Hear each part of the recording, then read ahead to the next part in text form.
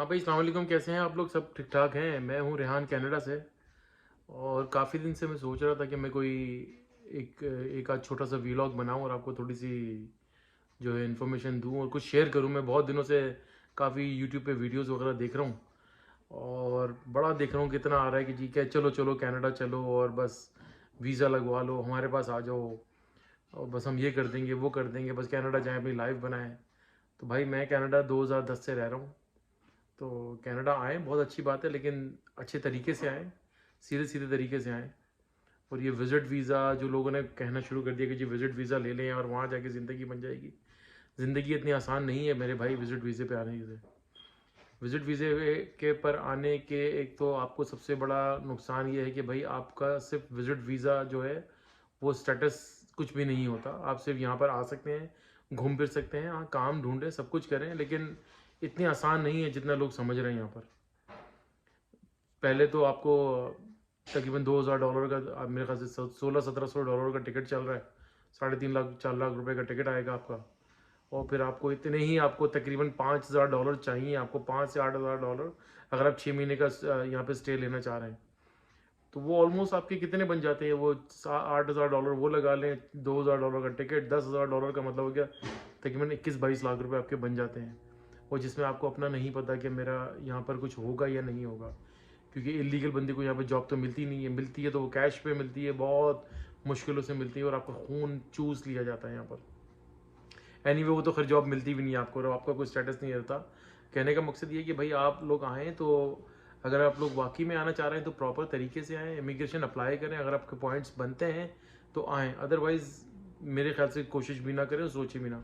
अगर एक बार visit visa करके ज़रूर चले जाएँ, ताकि आपको अंदाज़ा हो जाएगा कि यार मेरे लिए क्या चीज़ फिजिबल है और क्या नहीं है।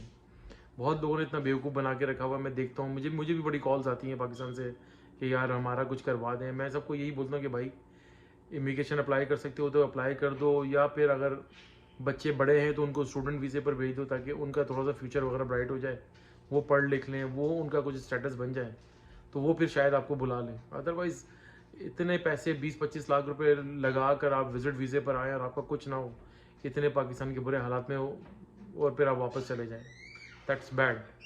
तो मेरी एडवाइस ये कि अगर आपके पास वाकई में इतने पैसे हैं तो भाई 20-25 लाख रुपए में तो आप जाएँ, दुबई जाएँ, वहाँ पर जो है मेरे ख्याल से वहाँ पर बिज़नेस वीज़ा वगैरह निकलवाएँ और वहाँ पर ट्राई करें। 2 साल का मेरे ख्याल से वहाँ पर वो फ्रीलांस वीज़ा मिल रहा है, तो वहाँ पर जाके ट्राई करें, वहाँ पर किस्मत आजमाई करें। और मैं आपको एक और ऑनेस्ट एक बात बताऊँ कि 30 इयर्स के बाद तो आपको एक्सप्रेस एंट्री में तो वैसे भी कैनेडियन गवर्नमेंट जो है वो एंटरटेन ही नहीं करती है, वो आपके पॉइंट्स वगैरह कुछ भी नहीं बनते।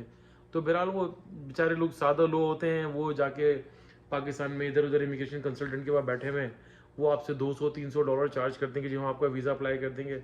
वो ऐसे सारे सबसे पैसे चार्ज करते हैं, वीज़ा आपका लगता नहीं है। तो इस तरह पैसे ज़ाया ना करें और अपने आप को थोड़ा सा संभालें। ठीक है, अच्छे हैं हालात, बुरे हैं, लेकिन मेरे ख्याल से आप लोग थोड़ा सा अपने ख्याल करें। कनाडा आने की बजाय मिडिल ईस्ट कंट्रीज़ में जाके ट्राई करें, वहाँ पर जॉब्स की ट्राई करें। वहाँ पर आजकल बहुत अपॉर्चुनिटीज़ आई हुई हैं।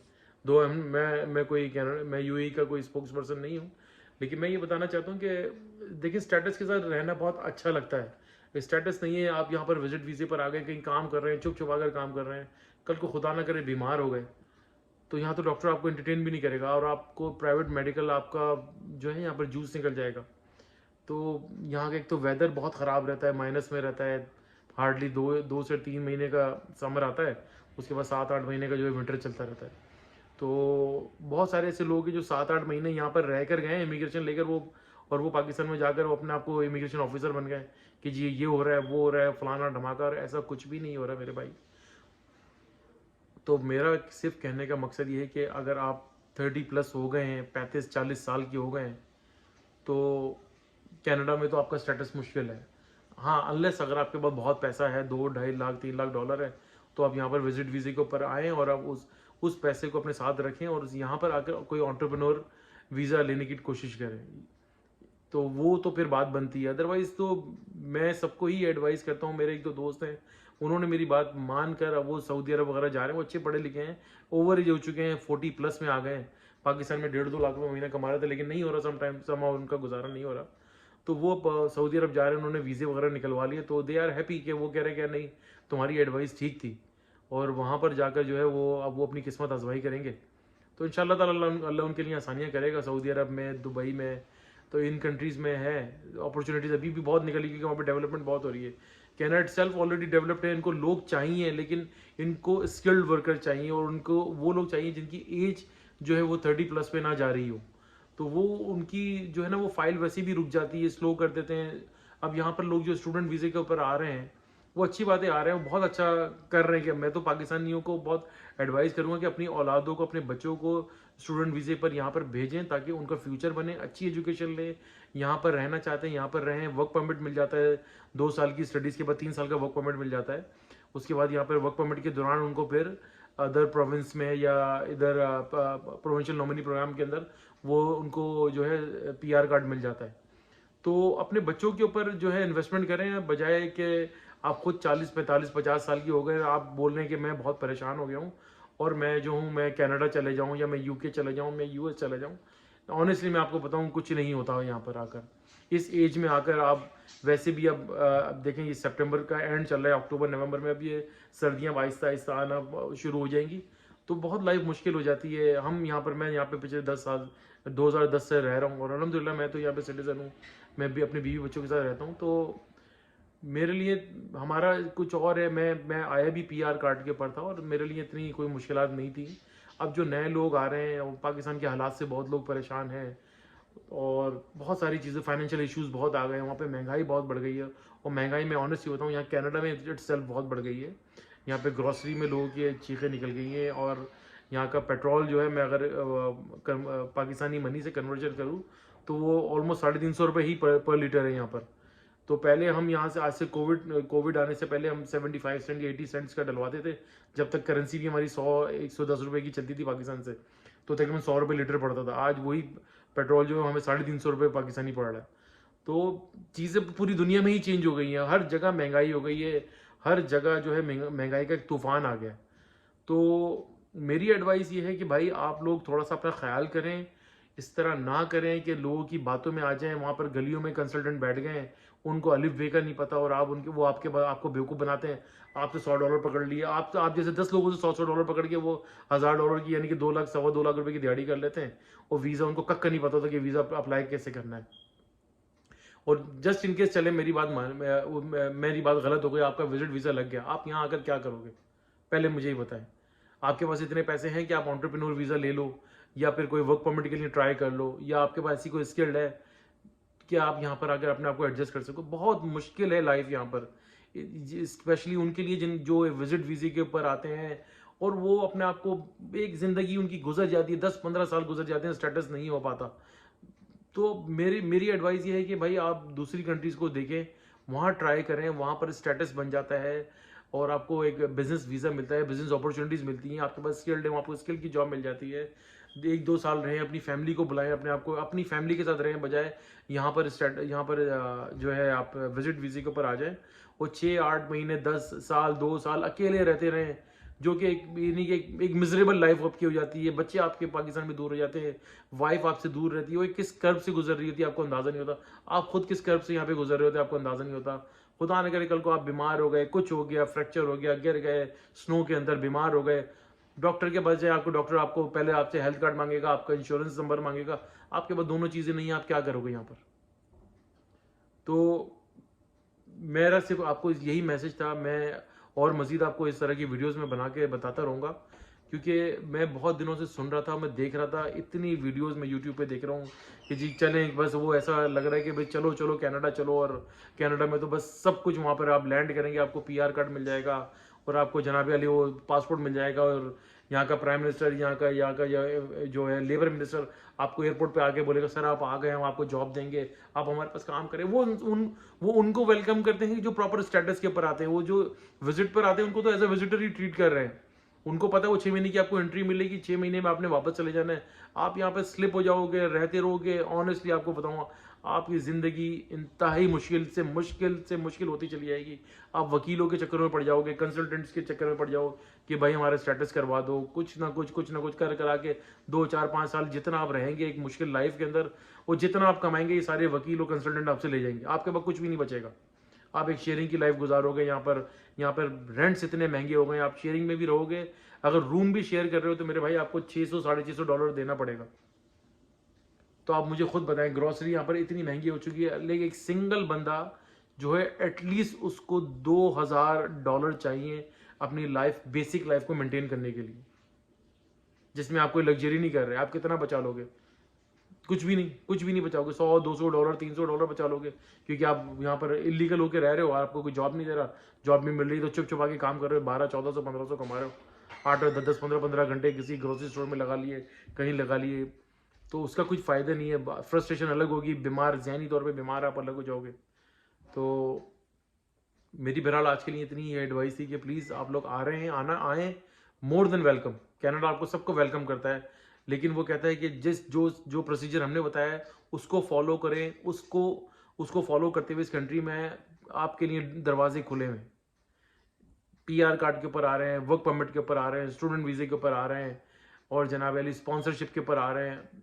लाइक इन एनी वे अगर आपके पास स्टेटस है, स्टेटस के ऊपर आ रहे हैं, कनाडा आपके लिए जन्नत है। अगर आप विजिट पर आ रहे हैं, लोगों ने आपको वहाँ पे बेवकूफ़ बना दिया कि भाई लग जाएगा वीज़ा, चलो भाई कनाडा जाएंगे, बल्ले बल्ले, बस अपने सारे काम हो गए, वहाँ पर दरख्त पे पैसे लगे हुए, डॉलर लगे हुए, उड़ा के कमा के पाकिस्तान भेजेंगे, महल बना लेंगे। ऐसा नहीं होगा, आपकी ज़िंदगी अज़ाब हो जाएगी।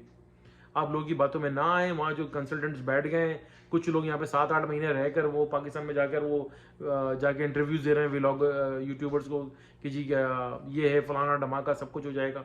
ऐसा कुछ नहीं हो रहा, इतना आसान नहीं है। आप थोड़ा सा ख्याल करें, असेसमेंट करें, अपने आप को असेस करें कि यार मैं क्या, मेरे लिए फिजिबल भी है ये, मैं विजिट वीज़ा ले लेता हूँ और मैं $1800 का, $1700-1800 का टिकट, रिटर्न टिकट आपको बनवाना पड़ेगा, क्योंकि वन वे तो नहीं बना सकते आप।